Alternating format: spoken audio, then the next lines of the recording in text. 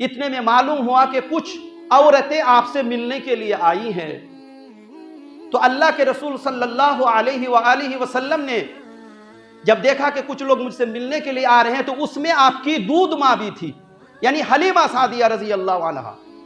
جب وہ آپ کے پاس ملنے کے لیے قریب آئی تو آپ اپنی جگہ سے اٹھ گئے اور اٹھ کر کے ان کا ہاتھ پکڑ کر ان کو لایا اور اپنا سر سے عمامہ اتار کر نیچے بچھا کر کے دودھ ماں کو بٹھایا۔ مشکات کے حاشیے میں یہ جو ہے واقعہ لکھا ہوا ہے کہ اللہ کے رسول صلی اللہ علیہ وسلم نے اس عورت نے اللہ کے رسول کو جنم نہ دیا تھا لیکن دودھ پلایا تھا۔ تمام تعریفیں اللہ تبارک و تعالیٰ کے لیے ہے جو ساری دنیا کا پالنہار ہے۔ اللہ تعالیٰ اپنے پیارے حبیب حضرت محمد صلی اللہ علیہ وسلم کی قبر پر سینکڑوں رحمت نازل فرمائے۔ اللہم صلی علیہ وسلم علیہ وبارک علیہ۔ گزشتہ ہفتہ میں نے آپ حضرات کے سامنے سورہ نساء کی آیت نمبر 36 تلاوت کی تھی، اور اس آیت میں ایک حق کے بارے میں بیان کیا تھا جو پڑوسیوں کا حق ہوتا ہے۔ اس آیت کے اندر جو ابھی میں نے آپ لوگوں کے سامنے تلاوت کی ہے، اللہ تبارک و تعالیٰ نے 9 باتوں کا حکم فرمایا ہے۔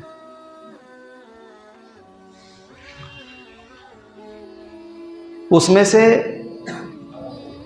ایک بات صرف حقوق اللہ ہے اور باقی جو ہے حقوق العباد ہے، یعنی بندوں کے حقوق ہے۔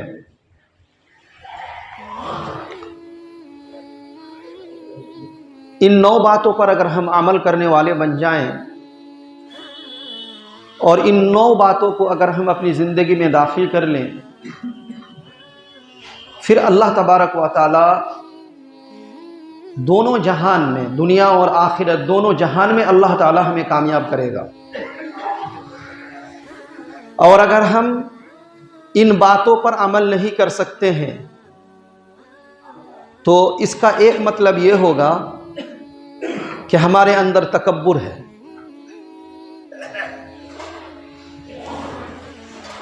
اگر ہم یہ جو 9 باتیں ابھی بیان کی جائیں گی قرآن کی آیت میں، اگر ہم ان پر عمل نہیں کر پاتے ہیں، اپنی زندگی میں داخل نہیں کر پاتے ہیں، تو اس کا مطلب یہ ہوا کہ ہمارے دل میں تکبر ہے، یا تو پھر ہم بخیل ہیں،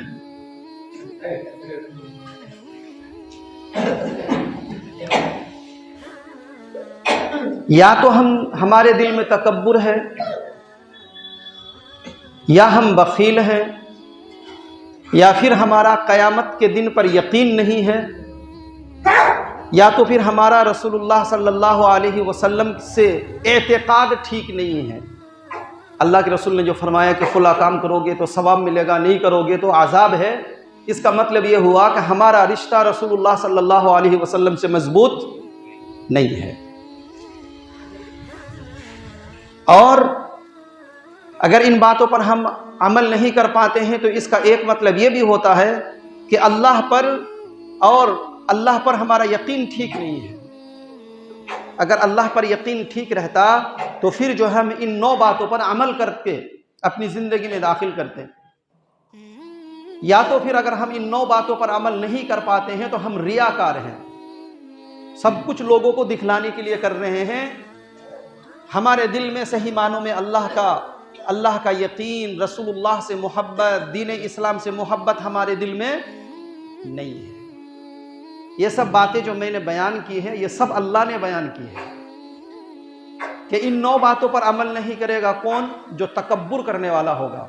کون نہیں بیان کرے گا؟ جس کا اعتقاد رسول سے ٹھیک نہیں ہوگا۔ کون نہیں کر پائے گا؟ جو بخیل ہوگا۔ کون نہیں کر پائے گا؟ جس کا یقین اللہ پر نہ ہو، جس کا یقین قیامت کے دن پر نہ ہو، یا تو پھر وہ ریاکار ہو۔ نماز، روزہ، حج، زکوٰۃ، یا یوں کہہ لیجئے کہ یہ سب لوگوں کو دکھلانے کے لیے کر رہا ہے۔ یہ باتیں سمجھ میں آ گئی ہے کہ اگر ان 9 باتوں پر ہم عمل نہ کریں گے تو ان میں سے کوئی نہ کوئی برائی ہے ہمارے اندر، اس کا مطلب اس میں سے ایک ایک باتیں تو میں بیان کر چکا تھا گزشتہ ہفتہ کو، کیا تھا؟ پڑوسیوں کے ساتھ حسن سلوک، یعنی پڑوسیوں کے ساتھ اچھا سلوک کرنا۔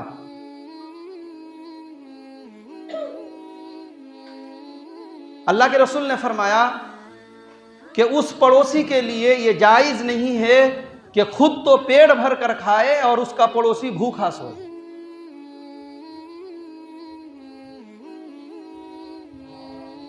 تو پڑوسی کا حق بیان کیا تھا، مختصر کر کے ان 9 باتوں کو ہم بیان کر رہے ہیں۔ اللہ تعالیٰ سے دعا کرتے ہیں کہ اللہ تعالیٰ مجھے بھی، آپ لوگوں کو بھی، اور دنیا کے تمام مسلمانوں کو اللہ تعالیٰ ان 9 باتوں پر عمل کرنے کی توفیق عطا فرمائے۔ پہلی بات تو یہ ہے کہ وَاعْبُدُوا اللَّهَ، عبادت کرو تم لوگ اللہ کی، وَلَا تُشْرِكُوا بِهِ شَيْئًا، اور اس کے ساتھ کسی کو شریک نہ کرو۔ مطلب یہ ہوا کہ عبادت ہمیں اللہ کے لیے کرنا ہے، اور کوئی بھی عبادت جب ہم کر رہے ہیں تو وہ عبادت صرف اور صرف اللہ کو راضی کرنے کے لیے ہونا چاہیے، چاہے نماز ہو، روزہ ہو، حج ہو، زکوٰۃ ہو، عمرہ ہو، قرآن کریم کی تلاوت ہو، بچوں کو حافظ بنا رہے ہیں، بچوں اپنے لڑکے کو عالم بنا رہے ہیں، ہمارا مقصد اللہ کو راضی کرنا ہے، یہ عبادت ہے۔ تو اپنے بچوں کو حافظ بنانا، عالم دین بنانا، اپنے بچوں کو قرآن پڑھانا، مسجد بنوانا، مدرسے بنوانا، یہ ساری جو نیک کام ہے یہ اللہ کی عبادت ہے۔ وہ سارے کی ساری عبادتیں صرف اور صرف اللہ کو راضی کرنے کے لیے ہونا چاہیے، کسی کو خوش کرنے کے لیے نہیں۔ یہ پہلی بات ہے کہ عبادت کرو تم صرف اللہ کی، اور اس کے ساتھ کسی کو شریک نہ کرو۔ نہ عبادت میں جھکتے ہیں صرف اللہ کے سامنے۔ ایک ویڈیو دیکھ رہا تھا رات میں، کہیں کا خطیب ہے عرب کا، منبر سے خطبہ دے کر کے اترا تو لوگ اس سے مصافحہ کرنے لگے، تو کچھ لوگ جو ہے ان سے سلام اور مصافحہ کر کے اس طرح جھک کے مصافحہ کرنے لگے۔ تو اس نے مصافحہ نہیں کیا کہ صرف جھکا اللہ کے سامنے جاتا ہے، کسی انسان کے سامنے نہیں۔ میرے ساتھ مصافحہ کرنا چاہتے ہو اور سلام کرنا چاہتے ہو تو سیدھا ہو کر کے آ کر کے مصافحہ کرو، اس طرح سر جھکا کر کے نہیں۔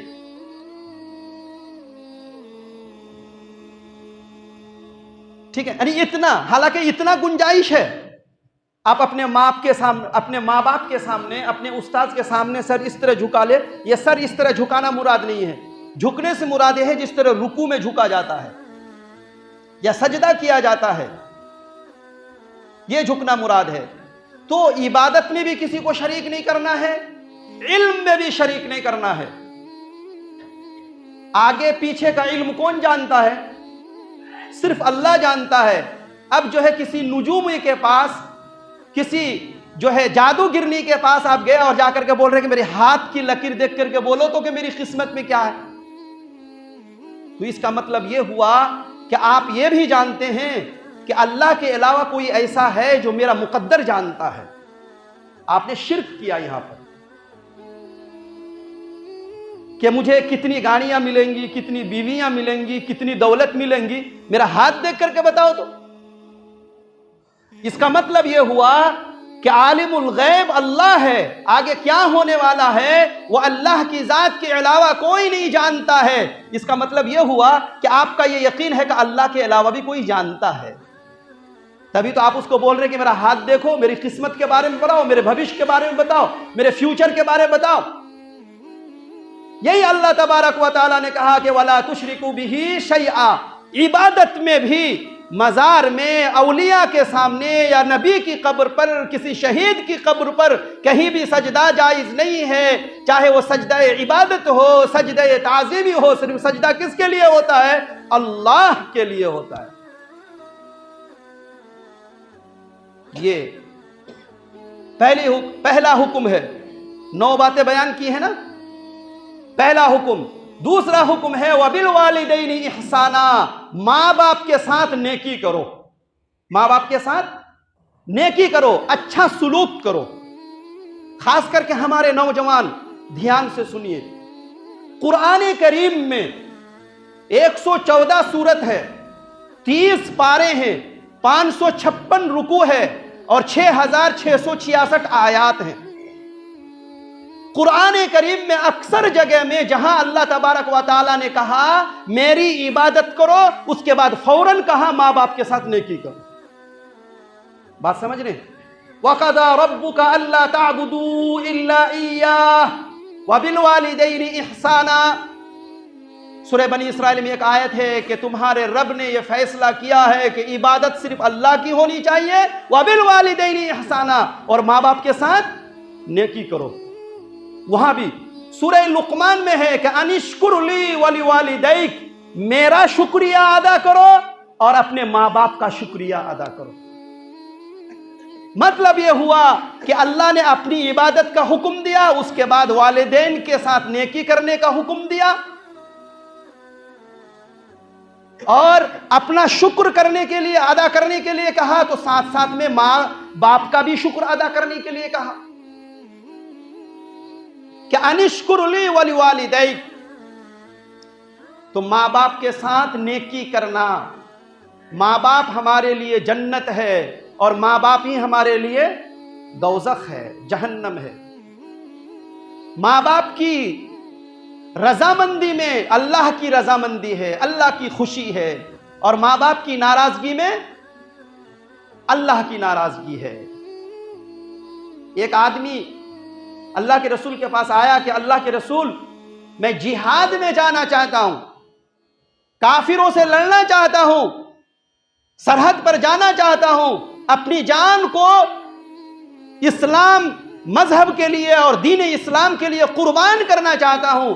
اللہ کے رسول صلی اللہ علیہ وسلم نے فرمایا کہ کیا تمہارے ماں باپ زندہ ہیں، تمہارے والدین زندہ ہیں؟ انہوں نے کہا زندہ ہے۔ اللہ کے رسول نے کہا کہ جاہد ففیہما، اگر جہاد کرنا چاہتے ہو تو اپنی ماں باپ کی خدمت کر کے جہاد کرو۔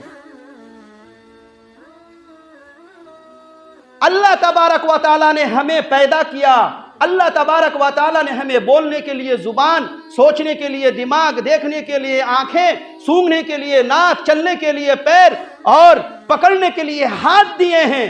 یہ سب کس نے؟ اللہ کی نعمت ہے، لیکن یہ ساری نعمتوں کو لانے کا ذریعہ ماں اور باپ ہے، والدین ہے۔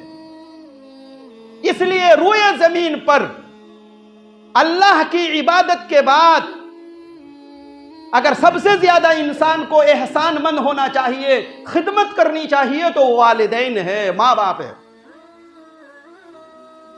اس لیے ماں باپ کو نہ ڈانٹا جائے، نہ ماں باپ کی باتوں کو کاٹا جائے، نہ ماں باپ کو اف کہا جائے، نہ ماں باپ کو کے سامنے کوئی ایسا لہجہ اختیار کیا جائے جس سے ان کے دلوں کو ٹھیس پہنچے۔ مفسرین نے تو یہ بھی فرمایا ہے کہ جو باپ کا دوست تھا تمہارا، اس کے ساتھ بھی ایسا ہی معاملہ کرو جیسا کہ باپ کے ساتھ کرتے ہو۔ اگر تمہاری ماں تھی اور تمہاری ماں کے انتقال کے بعد یا ماں زندہ رہتے ہوئے جو ماں کی سہیلی ہے، ماں کی بہن ہے، ماں جس سے تمہاری چلتی پھرتی تھی جن عورتوں سے، ان عورتوں کا بھی احترام ماں کے طرح کرو۔ ایک چھوٹا سا واقعہ، اللہ کے رسول صلی اللہ علیہ وسلم جب دنیا میں تشریف لائے، آپ کی ولادت ہوئی تو پہلے ہی باپ کا انتقال ہو گیا تھا۔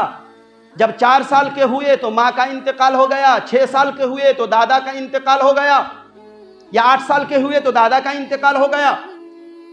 اللہ کے رسول صلی اللہ علیہ وسلم کو جس عورت نے دودھ پلایا تھا، حلیمہ سعدیہ رضی اللہ عنہا، یہ حضور کی دودھ ماں تھی، رضاعی ماں۔ ایک مرتبہ اللہ کے رسول صلی اللہ علیہ وسلم طائف شہر میں فتح مکہ کے بعد 8 ہجری یا 9 ہجری یا 10 ہجری میں کہیں سفر کے دوران کہیں پر قیام کیے ہوئے تھے۔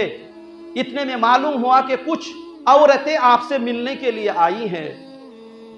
تو اللہ کے رسول صلی اللہ علیہ وآلہ وسلم نے جب دیکھا کہ کچھ لوگ مجھ سے ملنے کے لیے آ رہے ہیں، تو اس میں آپ کی دودھ ماں بھی تھی، یعنی حلیمہ سعدیہ رضی اللہ عنہا۔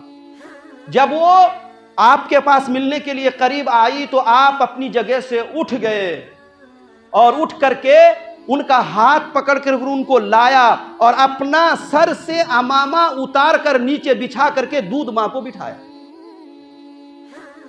مشکات کے حاشیے میں یہ جو ہے واقعہ لکھا ہوا ہے کہ اللہ کے رسول صلی اللہ علیہ وسلم نے، اس عورت نے اللہ کے رسول کو جنم نہ دیا تھا لیکن دودھ پلایا تھا۔ تو حلیمہ سعدیہ رضی اللہ عنہا کا یہ استقبال کیا اللہ کے رسول صلی اللہ علیہ وسلم نے کہ اپنی دودھ ماں کے لیے، رضاعی ماں کے لیے جو ہے اپنے سر کے امامے اتار کر، پگڑی اتار کر ان میں بچھایا۔ لوگوں کو بڑا تعجب ہوا، بھائی یہ کون سی ایسی عورت ہے کہ اس عورت کے لیے، ایک بوڑھی عورت کے لیے اللہ کے رسول نے اتنی عظمت ہے اللہ کے رسول کے دل میں۔ بعد میں لوگوں نے پوچھا تو اللہ کے رسول صلی اللہ علیہ وسلم نے فرمایا کہ یہ وہی ہستی ہے جس کا میں نے دودھ پیا ہے۔ سمجھئے کہ اگر دودھ ماں کی اتنی عزت اللہ کے رسول کرے تو اس وقت اگر آپ کی ماں زندہ ہوتی تو پھر کیا خدمت کرتے آپ۔ میرے نوجوانوں یاد رکھیے، ماں باپ کی خوشی میں اللہ کی خوشی ہے، ماں باپ کی ناراضگی میں اللہ کی ناراضگی ہے۔ میرے ساتھ بولیے، ماں باپ کی خوشی میں اللہ کی خوشی ہے، ماں باپ کی ناراضگی میں اللہ کی ناراضگی ہے۔ ماں باپ خوش، اللہ خوش ہے، ماں باپ ناراض، اللہ بھی ناراض ہے۔ بہت سارے واقعات ہیں۔ ایک آدمی 9 مرتبہ عمرہ کیا سعودی میں رہ کر، 9 مرتبہ اپنے بال بچوں کو لے کر کے چلا گیا، لیکن عمرہ کر کے کبھی بھی اس کو مزہ نہیں آیا۔ حج کیا، مزہ نہ آیا۔ ایک اللہ والے کے پاس گیا اور جا کر کے کہا کہ عمرہ کیا، بیت اللہ کا طواف کیا، لیکن دل میں سکون نہیں ملا۔ اس کی کیا وجہ ہے؟ اس اللہ والے نے بتایا، کیا تمہارے ماں باپ زندہ ہیں؟ بولا ماں زندہ ہے۔ بولا کتنے سال ہو گئے تم کو سعودی میں آنے؟ بولا 9 سال ہو گئے۔ کبھی ماں کی خبر لی؟ بولا نہیں۔ بولا جب تک تم ماں کو راضی نہیں کرو گے، عمرہ میں بھی تم کو سکون نہیں ملے گا، قرآن کی تلاوت میں بھی تمہیں سکون نہ ملے گا۔ وہ سعودی سے بھارت آیا اور آ کر کے جو ہے ماں کو راضی کیا، تب اس کے دل کو عبادت میں مزہ آیا۔ تو میرے نوجوانوں سوچ لیجئے، آج کے ماڈرن زمان میں جس طرح آپ باہر دیکھتے ہیں اور بعض اب اس طرح جو ہے فلمیں چلتی ہیں، سیریل چلتے ہیں، جو ماں باپ کو اپنا جاہل سمجھ کر کے کہ ہم تو بہت پڑھے لکھے ہیں، ہم تو عالم ہیں، ہم تو حافظ ہیں۔ آپ حافظ ہو جانے سے بھی، آپ عالم دین ہو جانے سے بھی ماں باپ کی خدمت کرنا، ماں باپ کے کپڑے دھونا، ماں باپ کے سامنے جو ہے اپنے سر کو نیچا کرنا، یہ ضروری ہے۔ دوسرا حکم یہ تھا وَبِالْوَالِدَيْنِ إِحْسَانًا وَبِذِي الْقُرْبَى۔ تیسرا حکم یہ ہے کہ رشتہ داروں کے ساتھ نیکی کرو۔ رشتہ دار کتنے طرح کے ہوتے ہیں؟ 2 طرح کے ہوتے ہیں۔ رشتہ دار کئی طرح کے ہوتے ہیں؟ 2 طرح کے ہوتے ہیں۔ ایک ماں باپ کے رشتہ دار ہوتے ہیں، اور ایک جس لڑکی کو آپ نکاح کر کے لاتے ہیں وہ بھی رشتہ دار ہوتے ہیں۔ دونوں رشتوں کا ذکر ہے قرآن میں، نسبا و صہرا۔ اللہ نے دونوں رشتوں کا کیا ہے۔ ایک تو آپ کے ماں باپ ہیں، اور پھر ماں باپ کے جو خاندان ہیں یہ سب ہو گئے، پھر آپ کی ساس ہے اور آپ کے سسر ہیں، آپ کی بیوی کے باپ ہیں، بیوی کے ماں ہیں۔ یہ ان دونوں رشتوں کے ساتھ، اسی طرح بھائی بہن، آل و اولاد جو بھی ہیں، یہ سارے کے سارے رشتہ دار ہیں، ان کے ساتھ نیکی کرو۔ ایک غریب کو دیجئے گا، دان دیے، خیرات دیے، تو آپ کو دان اور خیرات کا ثواب ملا۔ لیکن جو آپ کے خون کا رشتہ دار ہے، ان 2 رشتوں میں سے کوئی بھی ہے، تو پہلے تو مقدم کون سا ہے؟ جو آپ کے باپ کے اعتبار سے رشتہ دار ہے، یہ پہلے مقدم ہے۔ ان کے بعد آپ کے بیوی کے رشتہ دار دوسرے درجے کے ہیں۔ تو دونوں رشتہ دار کے ساتھ اچھا سلوک کرنا۔ تو اگر ہم رشتہ دار کو دیں گے، اللہ کے رسول صلی اللہ علیہ وسلم نے فرمایا کہ کسی انجان غریب مسلمان کو دو گے تو اس میں تم کو صرف صدقے کا ثواب ملے گا، لیکن اگر اپنے خون کے رشتے کو دو گے تو کیا ملے گا؟ صدقے کا بھی ثواب ملے گا اور رشتہ داری کے حق ادا کرنے کا بھی ثواب ملے گا۔ رشتہ داری کا حق ہوتا ہے، حق۔ اللہ کے رسول صلی اللہ علیہ وسلم نے فرمایا کہ جو آدمی چاہے کہ میری عمر میں برکت ہو تو اس کو چاہیے کہ وہ جو ہے اپنے رشتہ داروں کے ساتھ اچھا سلوک کرے۔ جو آپ کے خون کے رشتہ دار ہیں ان سے آپ اچھے سلوک کیجئے، اس سے آپ کی عمر بڑھے گی، عمر میں برکت ہوگی۔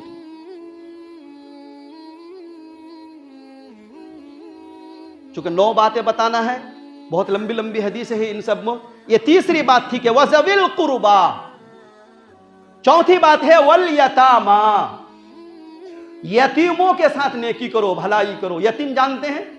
جس کے باپ کا انتقال ہو جائے اس کو یتیم کہتے ہیں۔ جس کے باپ کا بالغ ہونے سے پہلے انتقال ہو گیا تو وہ بچے یتیم ہے۔ اللہ کے رسول صلی اللہ علیہ وسلم نے فرمایا کہ اگر کوئی یتیم بچے پر محبت سے، پیار سے، شفقت سے اگر اس کے سر پر ہاتھ رکھے گا تو اس کے ہاتھ کے نیچے جتنے بال آئیں گے اتنی ہی نیکیاں ملیں گی۔ آپ نے یتیم بچے پر محبت سے اس کے سر پر ہاتھ رکھا تو جتنے بال اس کے سر کے آپ کے ہاتھ کے نیچے آئیں گے اتنی ہی نیکیاں آپ کو ملیں گی۔ اللہ کے رسول نے فرمایا کہ یتیموں کی دیکھ بھال کرنے والا، یتیموں کی خبر گیری کرنے والا، یتیموں کی مدد کرنے والا کل قیامت میں جنت میں اور قیامت میں میرے ساتھ اس طرح ہوں گے جس طرح کے یہ 2 انگلیاں ہیں۔ یتیموں کی خبر گیری کرنے والا۔ لیکن اکثر عموماً یہ ہوتا ہے کہ اگر بچے یتیم ہو جاتے ہیں، دولت چھوڑ کر جاتے ہیں تو اس کے جو رشتہ دار ہوتے ہیں وہ دولت پر قبضہ کرنے لگ جاتے ہیں، ہوتا ہے نا، اس کی زمین کو بیچ دیتے ہیں یا تو اس کا حصہ مار لیتے ہیں، یا تو پھر کیا کرتا، اگر غریب ہے تو پھر اس کو دھتکار دیتے ہیں کہ کون دیکھے گا اس کو۔ حتی الامکان جہاں تک ہو سکے ہمیں یتیموں کی خبر گیری کرنی چاہیے۔ والمسکین، مانگنے والے، جو مانگنے والے ہیں انہیں بھی حتی الامکان کچھ نہ کچھ دینا چاہیے۔ سورہ ضحیٰ کے اندر ہے کہ وَأَمَّا السَّائِلَ فَلَا تَنْهَرْ، کہ مانگنے والے کو مت جھڑکو۔ اگر کوئی مانگنے والا آئے تو اسے جھڑک مت دینا۔ وَأَمَّا السَّائِلَ فَلَا تَنْهَرْ، اگر نہیں دینا چاہتے ہو تو پھر آپ انہیں یوں کہہ دو کہ اللہ تمہیں بھلائی کرے تمہارے ساتھ، یہ کہہ دو۔ اللہ کے رسول نے جملے بتلائے ہیں کہ اگر تمہارے پاس دینے کے لیے کچھ نہیں ہے تو کہو کہ اللہ تمہارے ساتھ بھلائی کرے۔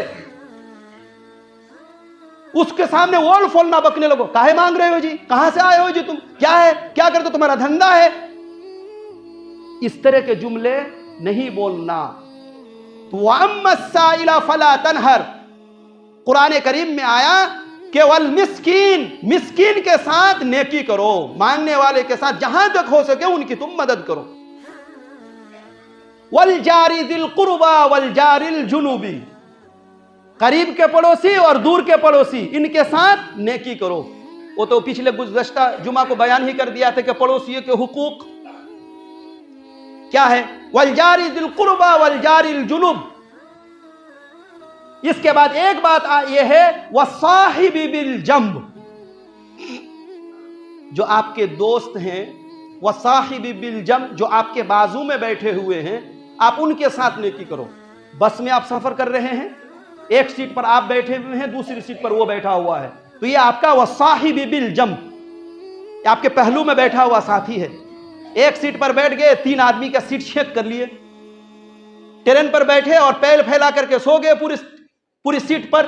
ریزرویشن سیٹ ہے تو وہ الگ بات ہے، نیچے کی جنرل ڈبے میں پورے سو گئے۔ وَالصَّاحِبِ بِالْجَنْبِ، تو یہ جو ہے بیٹھنے کا حق ہے آپ کو وہاں پر، اگر تو پھر اگر کوئی دوسرا آئے تو اس کے ساتھ آپ بیٹھنے کی جگہ بنائے اس کے لیے۔ اب بس میں سفر کر کے جا رہے ہیں تو ایک بیٹھنے کی جگہ کے نا پیسہ دیے ہیں، پوری بس کا پیسہ تو نہیں دیے ہیں، تو وہاں جو ساتھی ہے آپ کے، اسی طرح دکان میں بیٹھ کر کے چائے پی رہے ہیں تو وہاں آپ کے بازو میں جو بیٹھا ہوا ہے وہ نہ سگریٹ پیتا ہے نہ کھینی کھاتا ہے، اور آپ وہیں پر ایک دم لگا کے کھینی مار رہے ہیں، اس کو کھانسی ہو رہی ہے، اس کو وہاں بیٹھ کر کے دقت ہو رہی ہے، آپ بیڑی پی رہے ہیں، دھواں جا رہا ہے اس کے ناک منہ میں۔ مفسر نے لکھا ہے کہ وَالصَّاحِبِ بِالْجَنْبِ، جو آپ کے پہلو میں بیٹھا ہوا ہے اس کا احترام کرنا آپ کے لیے ضروری ہے۔ جو میرے بازو میں بیٹھا ہے اگر میں سوچوں گا کہ میں اس کی عزت کروں، اگر وہ سوچے گا کہ میں اس کی عزت کروں، اگر دونوں طرف سے یہ بات ہوگی تو کبھی جھگڑا ہوگا؟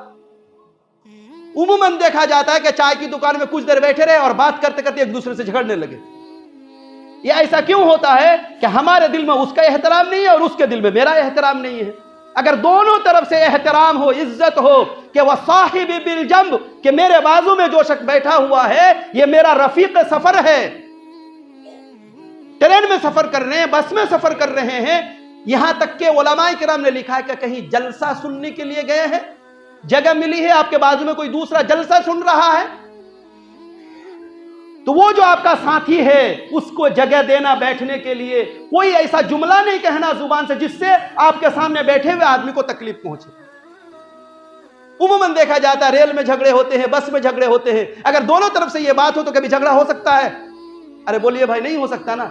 دیکھیں کہ کتنی اچھی اچھی باتیں اللہ تبارک و تعالیٰ نے قرآن کریم میں بیان کیا ہے۔ بس ہمارے سامنے کوئی بیان کرے یا تو پھر ہمارے پاس علم ہو تو ہم جو ہے قرآن کا ترجمہ اور قرآن کی تفسیر پڑھ کر اس کو سمجھنے کی کوشش کریں۔ یہ 7ویں بات تھی۔ 8ویں بات ہے وابن السبیل، مسافر مسجد میں آیا، میں چندہ کرنے کے لیے وہاں سے آیا ہوں، یا کوئی مسافر آیا کہ میں جا رہا تھا، گاڑی چھوٹ گئی، رات میں یہاں پر قیام کرنا ہے، تو پھر اس مسافر کے ساتھ نیکی کرنا ہے۔ اس کے ٹھنڈی کا موسم ہے، اس کے لیے بستر کا انتظام کر کے دینا ہے، اس کے رات میں کے لیے کھانے کا انتظام کرنا ہے، ان کو کوئی ضرورت ہے تو پوچھنا ہے۔ یہ اللہ کا حکم ہے کہ ہم ان کی خبر گیری کریں۔ آئے نماز پڑھنے کے لیے، دیکھ کر کے چلے گا پتہ نہ کون تھے۔ اسی طرح جماعت والے آتے ہیں، اپنا پیسہ خرچہ کر کے آتے ہیں، اپنا بستر لے کر آتے ہیں، وہ ہمیں اللہ اور اس کے رسول کی باتیں سنانے کے لیے آتے ہیں، تو یہ ان کا حق ہے ہمارے اوپر کہ وہ جو بات بیان کر رہے ہیں ہم یہاں پر بیٹھ کر کے سنیں ان کی بات کو۔ وابن السبیل، وہ مسافر 40 دن کے لیے آئے ہیں، پورے علاقے میں چل رہے ہیں، یا تو کوئی اور بھی بڑے بڑے شہروں میں ہوتا ہے، بس اسٹاپ پر لوگ رک گئے، بہت ساری جگہوں پر ایسا لوگ رک گئے، تو ان کے لیے خبر گیری کرنا، چونکہ ان کا یہاں کوئی جاننے والا ہے ہی نہیں، ان کا کوئی پہچاننے والا ہے، وہ تو اجنبی ہے، وہ مسافر ہے، اس لیے اللہ تبارک و تعالیٰ نے قرآن میں کہا کہ وابن السبیل، راہ گیر، مسافر کے ساتھ اچھا سلوک کرو۔ بات سمجھ میں آ رہی کہ نہیں آ رہی ہے؟ وابن السبیل، یہ 8ویں بات تھی۔ اور 9ویں بات ہے وما ملکت ایمانکم، جو تمہارے ہاتھ کے نیچے ہیں ان کے ساتھ اچھا سلوک کرو، یعنی تمہاری ذمہ داری میں جو ہیں ان کے ساتھ اچھا سلوک کرو۔ یہ تو بہت ہی بھاری جملہ ہے۔ ہمارے نیچے ہماری بیوی ہے، ہمارے نیچے ہمارے بچے ہیں، ان کے ساتھ اچھا سلوک، اپنے بچوں کو گالی نہیں دینا، بیوی کو ماں لگا کر بہن لگا کر گالی نہیں دینا، بیوی کو ان کے ماں باپ کی ذلت کو بیان نہیں کرنا، تمہاری ماں ایسی ہے، تمہارے باپ ایسے ہیں، تمہارے خاندان والے ایسے ہیں۔ ظاہر سی بات ہے اگر کوئی ہمارے باپ کو گالی دے تو ہم برداشت نہیں کر سکتے، تو وہ بھی تو عورت ہے نا، وہ بھی تو انسان ہے نا۔ اگر ہم ان کے ماں باپ کو ان کے سامنے ذلیل کریں گے تو اسے بھی تکلیف ہوگی کہ نہیں ہوگی؟ اس لیے اللہ تبارک و تعالیٰ نے کہا وما ملکت ایمانکم، جو تمہارے نوکر چاکر ہیں، تم بزنس مین ہو، تجارت کرتے ہو، نوکری پر رکھے ہو، اس کا مطلب یہ نہیں کہ وہ کام نہ کرے تم اس کو ماں لگا کر کے گالی دے دو۔